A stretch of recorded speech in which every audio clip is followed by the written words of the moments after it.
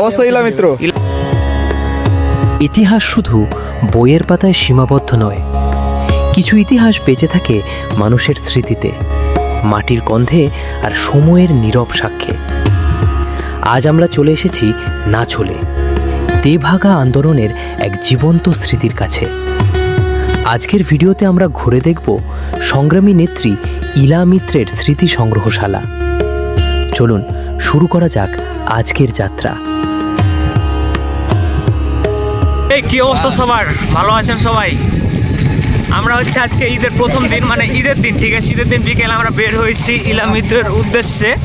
তো আজকে আবহাওয়াটা অনেকটা নর্মাল, মানে বৃষ্টি হচ্ছে, গুড়ি গুড়ি বৃষ্টি পড়তেছে, কিন্তু তারপরও ছেলেপিলের মন বলে কথা, ঠিক আছে, মন থামছে না।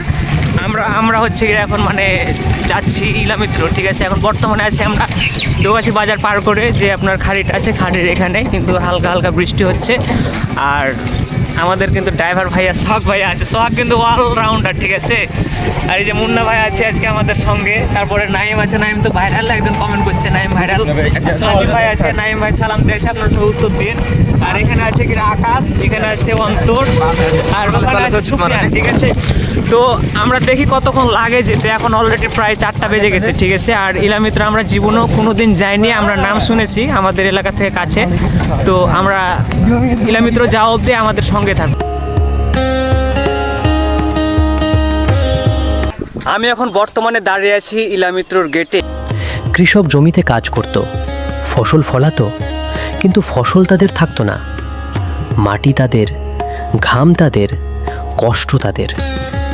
তবুও অধিকাংশ চলে যেত জমিদারের ঘরে। ক্ষুধা তখন শুধু অভাব ছিল না, এটা ছিল অন্যায়। তখনই কৃষকরা সিদ্ধান্ত নেয়, এবার দাঁড়াতে হবে, এবার লড়তে হবে। দাবি একটাই, ফসলের 2/3 কৃষকের।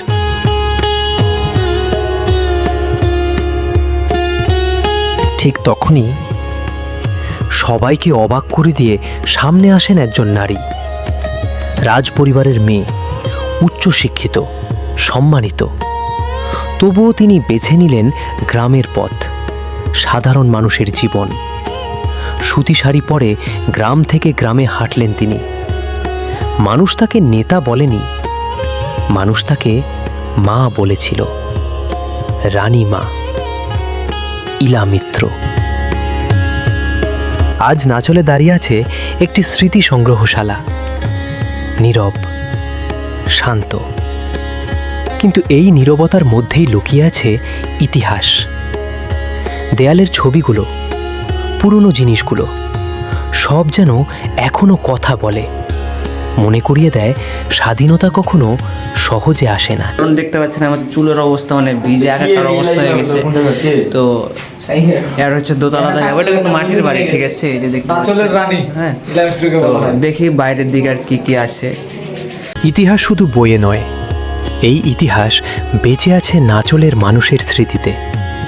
চলুন স্থানীয় মানুষের কাছ থেকেই শুনি তাদের চোখে ইলামিত্র ও তেভাগার গল্প। ঠিক আছে, তো এখানকার স্থানীয় ভাইয়েরাকে জিজ্ঞেস করি যে ভাই আপনাদের বাসা কোথায়, কত থেকে এসেছেন? ভাই ভালো আছেন? আছি আলহামদুলিল্লাহ। ভাইয়া হচ্ছে এই যে ইলামিত্রতে আপনাদের এখানে মনে হয় স্থানীয়, তাই না আপনারা? তো এখানে কি আপনার প্রতিদিনের কোনো লোক হয় না, দেখা যাচ্ছে শুধু ঈদে হয় বা রাতে হয়? একটু সব দিনই হয়, সব দিনই হয়, তাই না? এখানে লোকজন অনেক কম। এখানে কোনো মানে টিকিট কিছু লাগে না, আমরা তো ফ্রিতে ঢুকলাম, ঠিক আছে। তো ভাই আপনাদেরকে ধন্যবাদ। আর হচ্ছে আমরা সামনের দিকে দেখি, বৃষ্টির কারণে ক্যামেরাটা আমরা কিছু নিয়ে আসতে পারিনি, অবশ্যই ফুটেজ কেমন আসবে সেটা বলতে পারছি না। ঠিক আছে, এই কক্ষর ভিতরে আমরা প্রবেশ করেছিলাম। আর এই যে দেখতে পাচ্ছেন, মানে ভালো এক কথায় যে মানে ইলামিত্রতে আসলে কিন্তু ফটোশ্যুটের জন্য হচ্ছে কি একটা বেস্ট একটা হচ্ছে জায়গা, ঠিক আছে। মানে এটা হচ্ছে ভিউটা কিন্তু জোস। এই কক্ষের ভিতর কি আছে সেটা আমরা জানি না, নাইম হয়তো বা জানে, নাইমের আগে চলো নাইম, এই যে পাশে যে কক্ষটা আছে এর মধ্যে কি আছে তুমি কি জানো? এর মধ্যে আমাদের যে ইলামিত্রর ছবি আছে, আর আগের গল্প লিখানো একটা বই ছিল, ওইগুলো অনেকগুলো আছে ওখানে। তো দর্শক বন্ধুরা কাহিনী লেখানো আছে। তো হচ্ছে আর ভিতরে আর কি আছে, আমরা যে এখানকার যে একটা মানে স্বেচ্ছাসেবক ভাই আছে তার কাছে আমরা হচ্ছে জানবো। লাঠি নিয়ে আসে এক ভাইকে, ভাই হয়তো এখানকার মানে দায়িত্বে আছে। তো এই ভাইকে আমরা হচ্ছে জানবো যে ভাই রুমটাতে কি আছে। ভাই আসসালামু আলাইকুম। ভাই ভালো আছেন? জি আলহামদুলিল্লাহ। ভাই এই যে সব কক্ষ আপনাদের এখানে মানে ওপেন আছে, কিন্তু ওই কক্ষটা ওপেন, ওর মধ্যে কি আছে একটু যদি বলতেন। ওটা অফিস রুম। ওটা অফিস রুম, তাই না? তো দর্শক বন্ধুরা, ওইটা হচ্ছে অফিস রুম। আপনারা হচ্ছে আসলে দেখা যাচ্ছে ওই রুমটা অলওয়েজ হচ্ছে অফ থাকবে, কারণ যারা এখানকার হচ্ছে কর্তৃপক্ষ আছে তারা সেই জায়গাটাতে আপনার মানে থাকে, ঠিক আছে? 1950 সাল আন্দোলন দমন করা হলো। গ্রেপ্তার হলেন ইলা মিত্র। তার ওপর নেমে আসে অমানবিক নির্যাতন, কারাগারের অন্ধকার, অসহ্য যন্ত্রণা।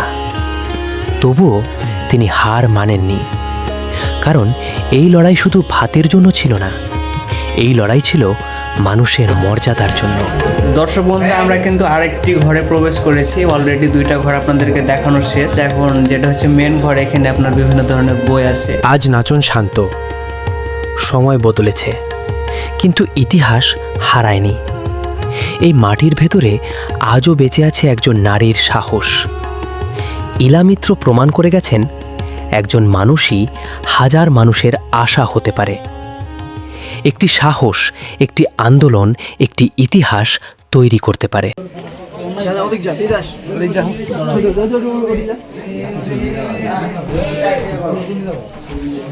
ইতিহাস সবসময় শব্দ করে না, কিছু ইতিহাস নীরবে বেঁচে থাকে মাটির ভেতরে। এই মাটি দেখতে শান্ত, কিন্তু একসময় এই নাচলের মাটি কেঁপে উঠেছিল অধিকার আদায়ের গর্জনে। মানুষ তখন শুধু বাঁচতে চায়, মানুষ মর্যাদা চেয়েছিল। সেই আন্দোলনের নাম তেভাগা, আর সেই আন্দোলনের কেন্দ্রবিন্দুতে ছিলেন একজন নারী, ইলা মিত্র।